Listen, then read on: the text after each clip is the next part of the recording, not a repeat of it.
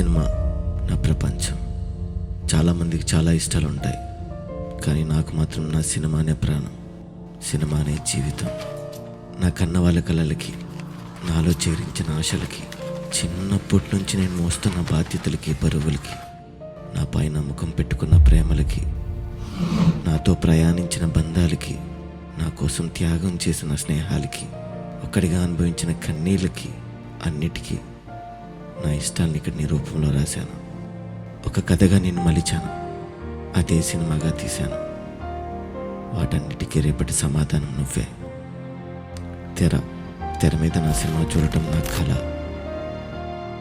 Cinema బాగుంటే రాత్రికి రాత్రే సినిమా వాడి తలరాత్రులు మారిపోతాయి. సినిమా వాడికి, ప్రేక్షకుడికి తెర అనేది మధ్య వ్యక్తి. నేను తీసిన సినిమా గొప్పదవుతే నా గురించి ప్రపంచానికి చెప్తుంది. అదే బాగాలేకపోతే అదే తెర నా వైపు చూసి నవ్వుతుంది. నా సినిమా పైన నా నమ్మకం చెప్పలేనంత, చెప్పుకోలేనంత. కథలో దర్శకుడు.